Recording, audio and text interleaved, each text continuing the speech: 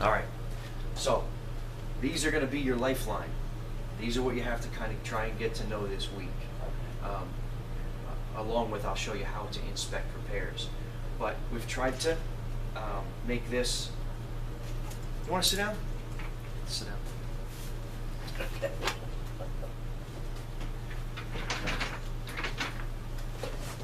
I really just need the audio, not really the video. So, we have forget about this stuff. We have a table of contents for what's on all these pages. Okay. And they're alphabetized: adjustable shank, anklets, bezel, pendant, bezel repair, chains. Okay. Here we have some items we sell in bulk that may or may not have a tag on them. Here we have the vendor IDs that we use most of the time for when we do a special order. And here's how to calculate price of an item. We'll go over this specifically later. Right now I just want to give you the overarching. The back is some help with retail websites to help you with a customer. So page 1 is pretty much all about the shank, Okay. the bottom of the ring. Ring sizing, if the ring is cracked. All right, I got to stick with overarching and not get sidetracked. Page 2 is all about chains, bracelets. Again, this was just added extra because Kelsey saw a white space and thought that might help. But chains, bracelets, page 2. Page 3 is all about prongs and what we call melly. Have you heard that term yet? Yep. Okay. Smaller. Yeah. Yeah. Just stones under 2 millimeters. Okay. So prongs and melly.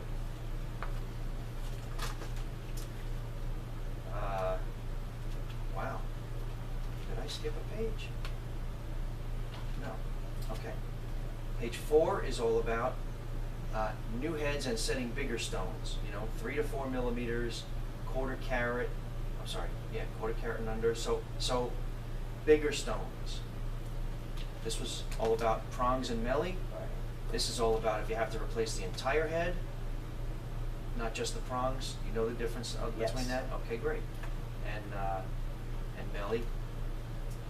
This is kind of a miscellaneous.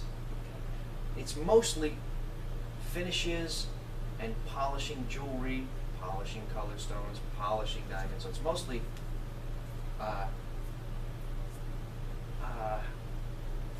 final beautification steps, if you will, of jewelry. Refurbishing, there you go. Oh, okay. Kind of All right. refurbishing. This antique, if this was, all that black was gone, how much does it cost to put the black back in? Well, if it's an open area, $45 like this. But if there's a bunch of stuff in the way, like heads and diamonds, we got to work around, then it's more. Okay. When it's these finishes, call with estimate, right? Because like a stone finish, it just takes a wheel, and I could do the whole thing. But if there's diamonds in the way, then it's I got to watch out for the diamonds, and it takes a lot longer. Yeah. Okay. And then the last page is selling bigger diamonds, and 2 things: selling bigger diamonds and watches. So if melly is 2 millimeter and under, here's where we start: 2 millimeter. This is our standard quality prices in bold. And then if we're replacing a diamond of theirs and it's cheaper, it's not our standard quality. Oh, okay. So if the diamond they had in is Yeah. a cheaper quality. So Okay. they have a 3-stone ring maybe, and one of their diamonds is missing. We have to match that, but it's very flawed. Okay. Gotcha. Okay. There's the millimeter. Again, you'll need the millimeter gauge in your loop to know how much it costs. $445. Okay.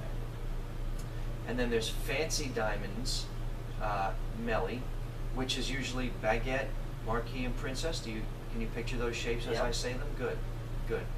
Now, width doesn't matter.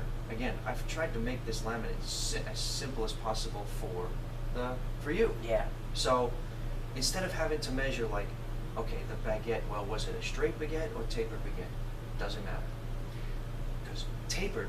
If it mattered, you'd have to measure the length. Okay, it's 1.5 millimeters long, but then it's 1.25 millimeters wide up here and 1 Yeah. millimeter down here. How much does that cost? That's getting very complex. Yeah. So what I've done is kind of taken average cost of a bunch of stuff up to 1.75 millimeters long, and that's what we charge. Okay. Our keys are never that short, so it doesn't start till either 3 millimeters long, 3.5 millimeters long. So if it's 3.75 millimeters long, you're going to charge this one Okay. Yeah. because it's up to. Yeah. Okay. Okay. Gotcha. And this chart we almost never use. Customers sometimes ask, how much does my diamond weigh? And you measure it, and a marquee 8x4 is a half carat. Okay. But we almost never use that chart. And then this is the watch repair Okay. stuff. So most movements, 120 to 170. Waterproofing, wow, that's expensive.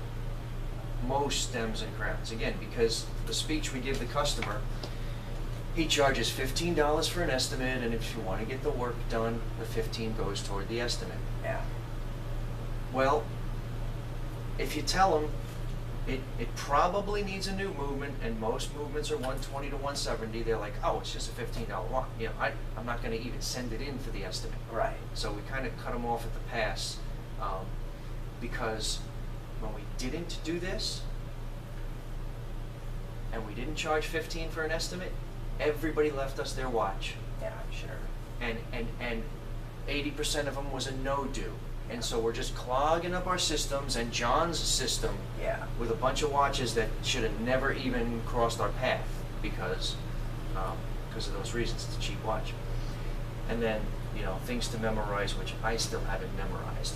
John does not work on these types of watches, and he doesn't work on any fake, and he doesn't work on any perpetual calendar. And you say, how do I know it's a perpetual calendar? It's written on the dial. So all these are written on the dial. Oh, good. Okay. And, you know, the only fake that I know that we've ever come Rolexes, right? across is Rolex, and you can tell. Yeah, I mean, you can tell. okay. There's a weight difference. I need to get when we get a real Rolex in, let you see it and feel it. Okay. So, that's the overarching on the laminate.